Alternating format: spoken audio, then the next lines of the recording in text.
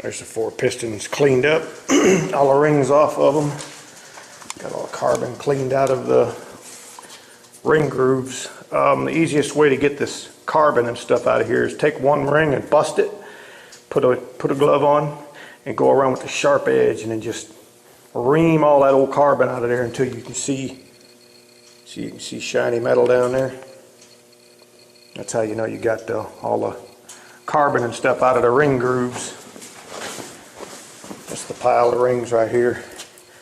You take a ring edge and just take it, and it's real sharp, so you got to wear a glove, and then just run it through there and clean all these oil rings. You can see how plugged up they are.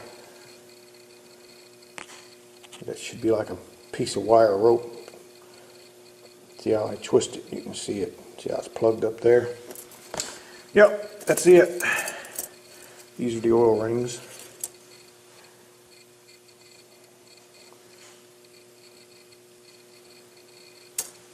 Wasn't too bad. I mean, it, 150,000 mile motor, I guess.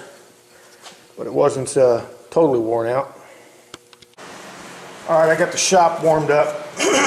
I'm going to show you. I've loaded these 3 pistons with the rings on them. I'm going to show you how I'm going to do these. These are how they'll come packaged, okay?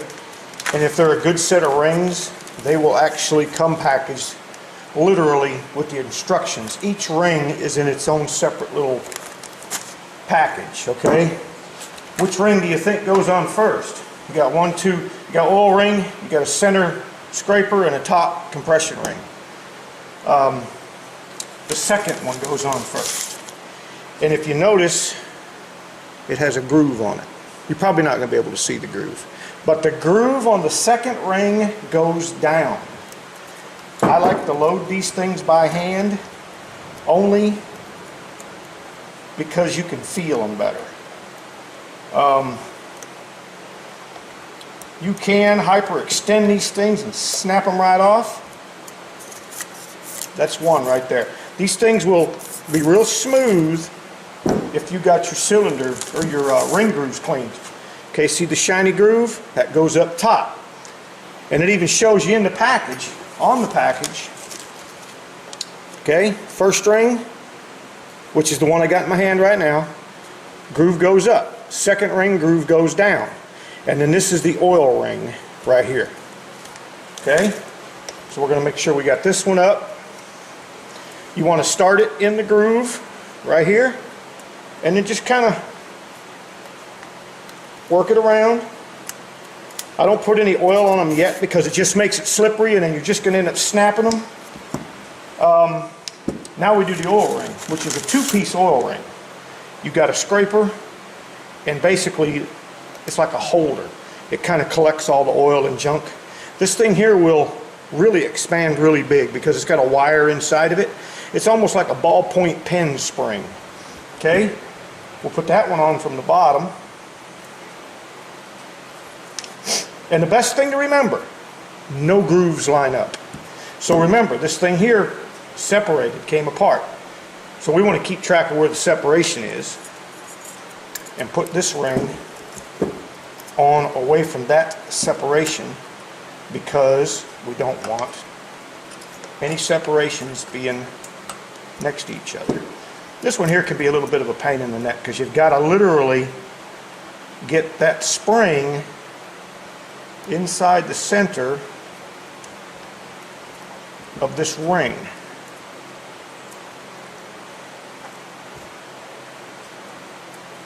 Okay, there's there, and there's there. Okay, we got it.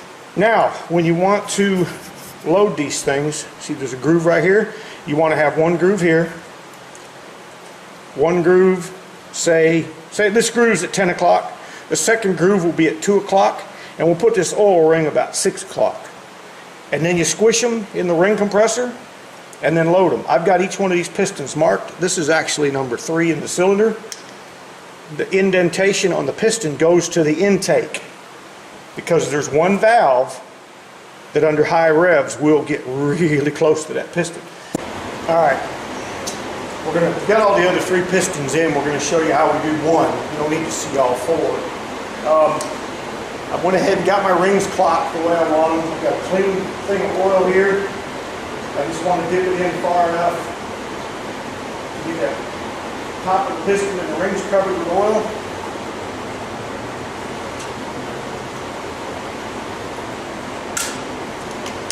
And that is a clean rag, by the way, laying there. It's just stained all down. Okay? Get your compressor on here and be careful with the rings because you don't want to knock them off of where they're supposed to be and pinch one when you tighten this thing down. This is probably the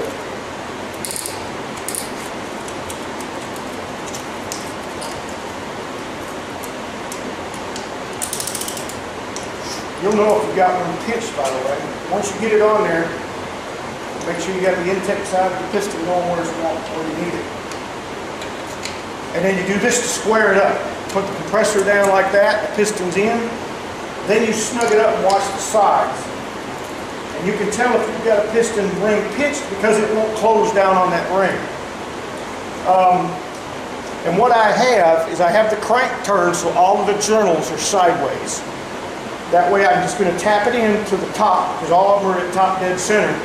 And then I'll flip it over and pull them up one at a time to get the